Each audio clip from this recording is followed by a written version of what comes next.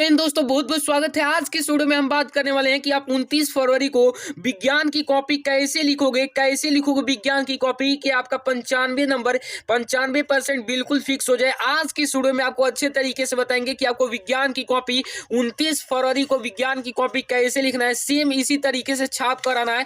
देख सकते हैं आज की वीडियो में अच्छे से बताएंगे कि डायग्राम आपको कैसे बनाना है, सारी चीजें आज की वीडियो में बताएंगे कि न्यूमेरिकल वगैरह कैसे हल करना है। वीडियो बहुत ज्यादा इंपॉर्टेंट है, वीडियो को शुरू से लेकर लास्ट तक जरूर देखना, क्योंकि विज्ञान में जो होता है कॉपी लिखने का बहुत अच्छा तरीका मालूम होता है तो आपके अच्छे मार्क्स आते हैं।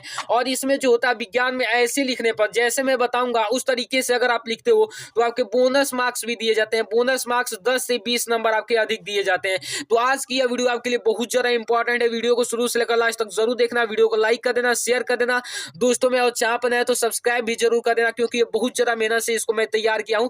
और इस मॉडल पेपर के थ्रू आपको समझाऊंगा। ये 2023-24 का जो मॉडल पेपर है, इससे आपका मॉडल पेपर भी तैयार हो जाएगा और मॉडल पेपर से ही मोस्टली क्वेश्चन आपके बोर्ड में पूछे जाते हैं।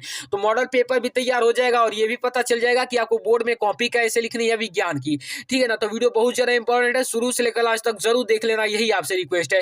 चलिए सबसे पहले हम स्टार्ट करते हैं और यहाँ पर इधर से हम यहाँ पर देखते हैं, ठीक है ना। तो चलिए स्टार्ट करते हैं। तो देखिए यहाँ पर सबसे पहले हम इसको इस साइड पलटते हैं। पलटने के बाद देखिए यहाँ पर पलटने के बाद इसमें भी हम इस साइड आ जाते हैं, जो कि वर्णनात्मक प्रश्न जहाँ से आपका स्टार्ट होता है। तो यहीं से देखिए यहाँ से इधर आपके कहाँ पर, हाँ यहाँ से आपके वर्णनात्मक प्रश्न स्टार्ट होते हैं। तो देखिए इसको हम अच्छे से कर लेते हैं। उसके बाद देखिए यहाँ पर खंड ब दिया जाता है जिसमें आपके वर्णनात्मक प्रश्न दिए जाते हैं। तो यहाँ पर उपखंड क दिया जाता है जिसमें आपके फिजिक्स से क्वेश्चन दिए जाते हैं। तो सबसे पहला प्रश्न नंबर 1 का फर्स्ट नंबर में करा है कि दृष्टि दोष किसे कहते हैं या कितने प्रकार की होती है।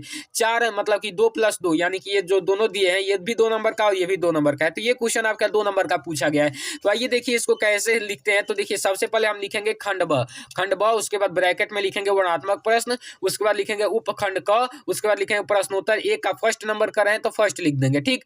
उसके बाद लिखेंगे दृष्टि दोष यहाँ पर पूछा था ना, दृष्टि दोष किसे कहते हैं। यहाँ पर जो विज्ञान में होता है उसमें हेडिंग बनाना बहुत ज्यादा इंपॉर्टेंट होता है। तो हम हेडिंग बनाकर लिखेंगे। हेडिंग बनाओगे तो अच्छे मार्क्स मिलेंगे, या नहीं बनाओगे तो आपके नहीं मार्क्स मिलेंगे, कम मार्क्स मिलेंगे, आधा नंबर मिलेंगे।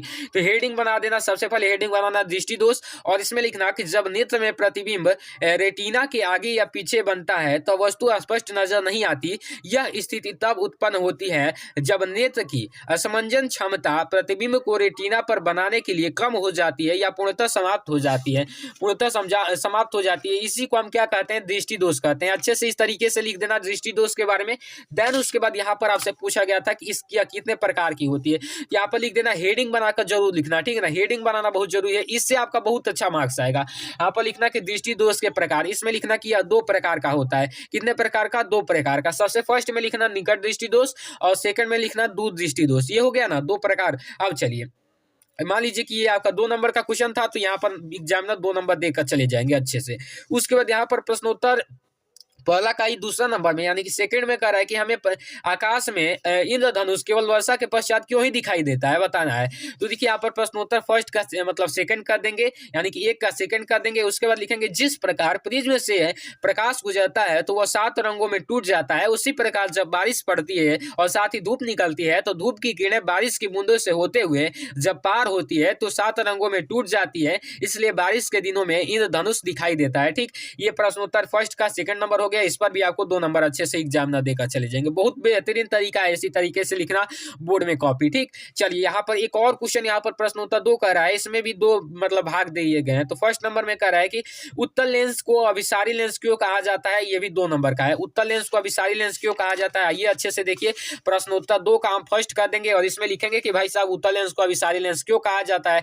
इसमें लिखेंगे उत्तल लेंस को अभिसारी लेंस इसलिए कहा जाता है क्योंकि इस लेंस में अपवर्तित होने पर प्रकाश की किरणें एक बिंदु पर आकर मिलती है। अब देखिए यहाँ पर जहां पर भी आपको डायग्राम की जरूरत लगे, हाँ कि यहाँ भाई डायग्राम बनाना बहुत ज्यादा जरूरी है, इसका डायग्राम बन सकता है तो बन सकता है तो फटाक से बना दीजिए। यहाँ पर आप डायग्राम बना दीजिए इस तरीके से उत्तल लेंस का, और यहाँ पर प्रकाश किरणें यहाँ से भेज दीजिए और यहाँ पर एक बिंदु पर मिलेगी जो आपकी फोकस होगी, फोकस पर मिला दीजिए अच्छे से और ये आपका डायग्राम हो जाएगा।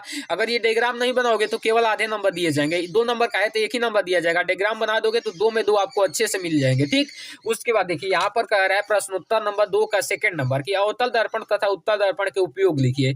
तो देखिए अवतल दर्पण और उत्तल दर्पण के उपयोग में क्या लिखेंगे, फर्स्ट मतलब सेकंड का मतलब 2 नंबर का सेकंड लिख देंगे प्रश्नोत्तर, उसके बाद लिखेंगे अवतल दर्पण के उपयोग, हेडिंग बनाना जरूरी है। उसके बाद लिखना यहाँ पर गाड़ी के हेडलाइट में, यहाँ पर लिखना दाढ़ी बनाने वाले दर्पण में, इसके बाद लिखना लेजर लाइट के प्रयोग में होता है। उसके बाद आप लिखेंगे उत्तल दर्पण का उपयोग, देखिए यहाँ पर लिखा गया है उत्तल दर्पण का उपयोग। उत्तल दर्पण के उपयोग में क्या लिखोगे, वाहनों के साइड मिरर के रूप में, सड़क या गलियों में, बल्ब के ऊपर परावर्तक में के रूप में और छोटे प्रतिबिंब बनाने के लिए। 3 लिख दोगे, 3 उपयोग आपके फुल मार्क्स दिए जाएंगे। उसके बाद यहाँ पर कह रहा है, यहाँ पर 3 नंबर का फर्स्ट नंबर की किसी 4 ओम प्रतिरोध के प्रति सेकंड 100 जूल ऊष्मा उत्पन्न हो रही है, प्रतिरोधक के सिरों पर विभवांतर ज्ञात कीजिए। प्रतिरोधक के सिरों पर विभवांतर ज्ञात करना है। तो देखिए यहाँ पर प्रतिरोध R बराबर 4 ओम दिया था, ऊष्मा Q बराबर 100 जूल प्रति सेकंड दिया था, विभवांतर ज्ञात करना था। तो आप जानते हैं Q बराबर I स्क्वायर RT होता है। Q का मान आपका 100 दिया है, उसके बाद I स्क्वायर का मान निकालना है और R का मान 4 दिया है प्रति सेकंड, यानी कि 1 हो जाएगा। यहाँ पर I स्क्वायर बराबर निकालोगे 100/4 25 हो जाएगा, I बराबर 5 एम्पियर हो जाएगा। अब I बराबर 5 एम्पियर हो गया तो V बराबर I से V का मान निकालो, 5 चौका कितना हो जाएगा, 20 वोल्ट हो जाएगा अच्छे से। और हाँ, एक और चीज न्यूमेरिकल, मतलब जब भी न्यूमेरिकल आप कर रहे हो तो न्यूमेरिकल करते समय एक चीज का ध्यान देना है कि न्यूमेरिकल जब भी आप कर रहे हो तो उसमें मात्रक लिखना नहीं भूलना है। मात्रक हमेशा लिख देना है न्यूमेरिकल में। जैसे यहाँ पर हमने लिखा है एम्पियर, एम्पियर लिख देना है। जो भी इसका मात्रक हो वो मात्रक लिखना नहीं भूलना है। अगर मात्रक नहीं लिखते तो आपके आधे नंबर दिए जाते हैं, तो मात्रक लिखना नहीं भूलना है, ठीक है ना। चलिए यहाँ पर अगला कह रहा है प्रश्न, यहाँ पर देखिए प्रश्न कौन सा कह रहा है। यहाँ पर तीसरा का ही 2 नंबर में कह रहा है, 20 ओम प्रतिरोध की कोई विद्युत स्थिति 5 एम्पियर विद्युत धारा लेती है, 30 सेकंड में उत्पन्न ऊष्मा की परिकल्पना कीजिए। 2 नंबर का ये भी है। यहाँ पर 3 का 2 नंबर सेकंड नंबर लिख देंगे। उसके बाद यहाँ पर प्रतिरोध 20 ओम दिया था, विद्युत धारा 5 एम्पियर दिया था, समय 30 सेकंड दिया था, ऊष्मा निकालना था। तो आप जानते हैं ऊष्मा H बराबर I स्क्वायर RT होता है। यहाँ पर I का मान 5 का स्क्वायर हो जाएगा और R का मान 20 है तो 20 और T का मान 30 है तो 30 कर देंगे, 5 5 25 और 30 में 20 से गुणा करेंगे तो 600 हो जाएगा। ये 5 जूल हो जाएगा, इसको हम किलो मतलब जूल में कन्वर्ट कर देंगे तो 15 किलो जूल आंसर हो जाएगा। तो इस तरीके से मात्रक लिखना नहीं भूलना, अच्छे से लिख देना, ठीक। उसके बाद 4 नंबर का रहा है, 4 का फर्स्ट की 2 चुंबकीय क्षेत्र रेखाएं एक दूसरे को परिच्छेद क्यों नहीं करती हैं, इस बारे में लिखना है। तो आइए यहाँ पर लिखते हैं। ये भी प्रश्न कितने नंबर का है, ये भी प्रश्न जो है आपका कितने नंबर का है, 2 नंबर का है, ठीक। तो यहाँ पर लिखेंगे यदि 2 चुंबकीय क्षेत्र रेखाएं एक दूसरे को प्रतिच्छेदित करें तो इसका अर्थ होगा कि प्रतिच्छेद बिंदु पर चुंबकीय क्षेत्र की 2 दिशा होगी और दिक् सूची में 2 दिशाओं को संकेत किया जाना असंभव है, यानी कि संभव नहीं है, इसलिए चुंबकीय क्षेत्र एक दूसरे को कभी प्रतिच्छेदित नहीं करते हैं। इस तरीके से हम लिख देंगे, ठीक। चलिए उसके बाद यहाँ पर क्या कह रहा था, यहाँ का 4 का दूसरा नंबर कि चुंबकीय क्षेत्र रेखाओं के गुणों को लिखिए। ये क्वेश्चन मोस्ट इंपॉर्टेंट है, इसमें से आपके बोर्ड एग्जाम में 90% क्वेश्चन फंसेंगे भी, तो अच्छे से देख लेना। यहाँ पर कह रहा है कि 4 का सेकंड नंबर, इसमें कह रहा है कि चुंबकीय क्षेत्र में चुंबकीय क्षेत्र रेखाएं चिकने व वक्र होते हैं जो परस्पर कभी प्रतिच्छेदित नहीं करती। यहाँ पर दूसरा नंबर में लिखेंगे उत्तरी ध्रुव से मिलकर दक्षिणी ध्रुव की ओर जाती है। उसके बाद 3 नंबर में लिखेंगे चुंबकीय क्षेत्र रेखाएं चुंबकीय क्षेत्र की मजबूती को दर्शाती है, ठीक। यहाँ पर 3 लिख देंगे। उसके बाद यहाँ पर देखिए 4 नंबर का तीसरा नंबर करा है, यदि चुंबकीय क्षेत्र में स्थित विद्युत धारावाही चालक पर आरोपित बल कब अधिकतम होगा, ये भी 2 नंबर का। तो इसमें लिख देंगे किसी चुंबकीय क्षेत्र में स्थित विद्युत धारावाही चालक पर बल आरोपित अधिकतम तब होगा जब विद्युत धारा की दिशा चुंबकीय क्षेत्र की दिशा के लंबवत होगी। देखिए जितना में क्वेश्चन पूछा जाएगा उतने में ही आंसर देना। 2 नंबर का क्वेश्चन है तो अधिक से अधिक 4 से 5 लाइन लिखना, इससे अधिक मत लिखना। और लॉन्ग आंसर है तो लॉन्ग के फॉर्मेट में लिखना है। आंसर मतलब नंबर के हिसाब से क्वेश्चन लिखा जाता है, ठीक है ना। ये 2 नंबर का है तो 3 से 4 लाइन में हमने लिख दिया। तो सेम इसी प्रकार से आपको बोर्ड में करना है, वरना आपका समय ज्यादा लिखोगे तो समय मतलब अधिक लगेगा और नंबर भी उतना ही मिलेगा, तो क्या फायदा। यहाँ पर चलिए अथवा करके भी दिया गया था, ये वाला कीजिए या फिर ये वाला कीजिए, तो हमने ये बता दिया, ये आप अपने से कर लीजिएगा। उपखंड ख आता है जो आपका कहता है केमिस्ट्री से, इसमें करें निम्नलिखित अभिक्रियाओं के लिए संतुलित रासायनिक समीकरण लिखिए। 4 नंबर का यहाँ पर तनु सल्फ्यूरिक अम्ल का दानेदार जिंक के साथ, तो यहाँ पर देखिए यहाँ पर ये किया गया है रिएक्शन। तनु सल्फ्यूरिक अम्ल प्लस जिंक कर देंगे, जिंक सल्फेट प्लस हाइड्रोजन हो जाएगा, ठीक है ना। उसके बाद यहाँ पर Zn H2SO4 प्लस Zn कर देंगे तो ZnSO4 प्लस H2 हो जाएगा।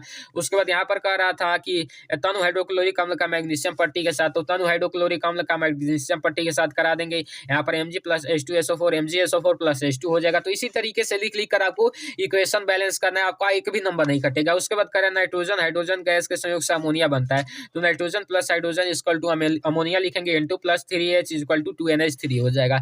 उसके बाद यहाँ पर 4 नंबर में कह रहा है कि हाइड्रोजन सल्फाइड गैस का वायु में दहन करने पर सल्फर डाइऑक्साइड बनता है। तो हाइड्रोजन सल्फाइड H2S कर देंगे और इसके बाद वायु में दहन कर देंगे 3O2 और यहाँ पर H2O बनेगा और यहाँ पर SO2 बन जाएगा। तो यहाँ पर संतुलित कर देंगे तो 2 लग जाएगा अच्छे से। उसके बाद देखिए यहाँ पर 6 नंबर का रहा है कि निम्नलिखित के कारण बताइए प्लैटिनम सोना एवं चांदी का उपयोग आभूषण बनाने के लिए क्यों किया जाता है। तो इसमें करिए यहाँ पर कह रहा है कि प्लैटिनम सोना एवं चांदी बहुत कम अभिक्रियाशील तथा ये संक्षारित नहीं होते, इनका चमक भी तेज होता है, अतः इनका उपयोग आभूषण बनाने के लिए किया जाता है। तो अच्छे से इस तरीके से लिख देना, क्योंकि ये जो प्रश्न था आपका 2 नंबर में था, तो 2 नंबर के लिए जितना हो सके मतलब 3 से 4 लाइन ही लिखना है। इस तरीके से समय की बचत होगी और मार्क्स भी आपको अच्छे मिलेंगे। उसके बाद कह रहा है निष्कर्षण प्रक्रिया में कार्बोनेट एवं सल्फाइड अयस्क को ऑक्साइड में परिवर्तित किया जाता है। तो कार्बोनेट तथा सल्फाइड अयस्क को धातु के निष्कर्षण के लिए उसे ऑक्साइड में परिवर्तित किया जाता है, क्योंकि उससे अशुद्धियां वाष्पित हो जाती है, जिससे धातु के यौगिकों में अपचयन सरलता से होती है। तो इस तरीके से ही आपको कॉपी लिखना है, देख लीजिए अच्छे से। उसके बाद यहाँ पर आइए इस साइड, ठीक इस साइड आइए, तो यहाँ पर प्रश्नोत्तर 7 का अथवा किया गया है। तो देखिए यहाँ पर प्रश्नोत्तर 7 यहाँ पर दिया गया है, प्रश्नोत्तर 7 दिया गया ना, तो इसका ये अथवा वाला किए हैं, तो इस साइड अथवा वाला होगा। तो देखिए कैसे अथवा वाला भी लिखा जाता है ये भी समझ लीजिए। हाँ, अथवा यहाँ पर दिया हुआ है, तो अथवा यहाँ पर लिखा निम्नलिखित पर टिप्पणी कीजिए। विकृति गंधीदार ड्रग्स अभिक्रिया एस्टिकरण यहाँ पर 6 नंबर का है। तो देखिए यहाँ पर प्रश्नोत्तर 7 और उसके बाद इन्होंने लिख दिया अथवा। अथवा में लिख कर अच्छे से लिख दिया। यहाँ पर फर्स्ट नंबर में विकृति गंधिता, तेल या वसा युक्त खाद्य पदार्थ अपचयित होकर अपना स्वाद और गंध बदल लेते हैं, यह घटना विकृति गंधिता कहलाती है। जैसे उदाहरण नमकीन चिप्स आदि लंबे समय तक रखने पर उनका स्वाद एवं गंध अप्रिय हो जाता है। तो इस तरीके से 3 से 4 लाइन में निकल, ये 2 ही नंबर का है तो 2 ही नंबर मिलेगा, तो 4 से 5 लाइन में अधिक से अधिक लिखना है। उसके बाद रेडॉक्स अभिक्रिया यहाँ पर पूछा था, तो 2 नंबर में तो 2 लिख कर रेडॉक्स अभिक्रिया लिख देंगे। इसमें लिखेंगे वह रासायनिक अभिक्रिया जिसमें एक अभिकारक का ऑक्सीकरण तथा दूसरे अभिकारक का अपचयन होता है, रेडॉक्स अभिक्रिया कहलाती है। उदाहरण लिख देंगे CuO प्लस H2, यहाँ पर Cu प्लस H2 हो जाएगा, यहाँ पर अपचयन हो जाएगा और नीचे ऑक्सीकरण हो जाएगा, ये जो है अपचयन होगा और ये ऑक्सीकरण होगा, ठीक। तो इस तरीके से आपका जो भी आपका जहाँ पर भी फॉर्मूला लगे, जहाँ पर भी डायग्राम लगे, उसको बनाना नहीं भूलना है, बना देना है, तभी मार्क्स मिलेंगे। उसके बाद 3 नंबर में एस्टिकरण पर पूछ रहा था, तो जिस प्रकार अम्ल एवं क्षार परस्पर क्रिया के द्वारा लवण तथा जल बनाते हैं, ठीक उसी प्रकार अम्ल तथा एल्कोहल अभिक्रिया करके एस्टर तथा जल बनाते हैं। इसका उदाहरण लिख देंगे अच्छे तरीके से, 4 से 5 लाइन में ही सारी चीजें लिखना है, आपके अच्छे मार्क्स मिलेंगे। उसके बाद देखिए यहाँ पर कह रहा है कि उपखंड का जो भी बायोलॉजी के आता है, जैव निम्नकणीय तथा जैव गैर निम्नकणीय पदार्थों के बीच अंतर क्या है बताइए। तो देखिए यहाँ पर अच्छे से यहाँ पर प्रश्नोत्तर ग लिख दिए हैं, उपखंड ग लिख दिया, प्रश्नोत्तर 8 लिख दिया। उसके बाद जैव नवनीकरणीय का लिख दिया, इधर गैर जैव नवनीकरणीय का लिख दिया अच्छे से। यहाँ पर जो भी आपका यहाँ पर है उसको अच्छे से लिख दिया, यहाँ पर जो भी है इसको अच्छे से लिख दिया। 2 + 2 4 नंबर का है, तो 2 नंबर इसका मिल जाएंगे, 2 नंबर इसका मिल जाएंगे। सेम इसी प्रकार से आपको लिखना है, सेम इसी प्रकार से, ठीक। उसके बाद देखिए यहाँ पर कह रहा है, यहाँ पर लिखित चित्र में अंतःस्रावी ग्रंथियों का नाम अंकित कीजिए। ये बहुत ज्यादा आसान है और 4 नंबर भी देखा जाएगा। देखिए ये जो है आपका पीनियल ग्लैंड है, ये जो है आपका पीयूष ग्रंथि है और ये जो है आपका थाइमस थायराइड ग्रंथि है, थायराइड यहाँ पर गले के पास होता है और ये जो है थाइमस ग्लैंड होता है। तो इसको नामांकित कर देना है। तो सबसे पहले हम लिखेंगे प्रश्नोत्तर 9, यहाँ पर लिख देंगे पीनियल ग्रंथि, पीयूष ग्रंथि, थायराइड ग्रंथि, थाइमस ग्रंथि। आपका कितना नंबर? 4 नंबर इस पर मिल जाएगा। और प्रश्नोत्तर 10 जो है अपने से कर लीजिएगा, इसको हम नहीं किए। उसके बाद 11 नंबर करें मानव आहार नाल कार्य बने तथा निम्नलिखित भागों को नामांकित कीजिए। जैसे मुख ग्रसिका आमाशय से छोटी आती है, यहाँ पर 6 नंबर का पूछ रहा है। तो यहाँ पर मानव आहार नाल का चित्र बना देंगे अच्छे से और यहाँ पर सारी चीजों को नामांकित कर देंगे। देख लीजिए इसी प्रकार से बनाना है चित्र। प्रश्नोत्तर 11 हम लिख देंगे। उसके बाद मुख को नामांकित करना था, ग्रसिका को करना था, आमाशय को करना था, छोटी आंत को करना था, तो हमने कर लिया और यहाँ पर लिख दिया मानव आहार नाल चित्र। इसी तरीके से आपको इसका डायग्राम बनाना है। तो अच्छे से हमने पूरा समझा दिया, अथवा करके भी दिया है, तो दोनों में से कोई एक कर लीजिएगा। ये पेपर पूरा का पूरा समाप्त हो चुका और सेम ऐसे ही विज्ञान की कॉपी लिखोगे तो आपके 95% आएंगे। आज के स्टूडियो में बस इतने, मैं आपको उसके नेक्स्ट वीडियो में। तो जय हिंद, वंदे मातरम।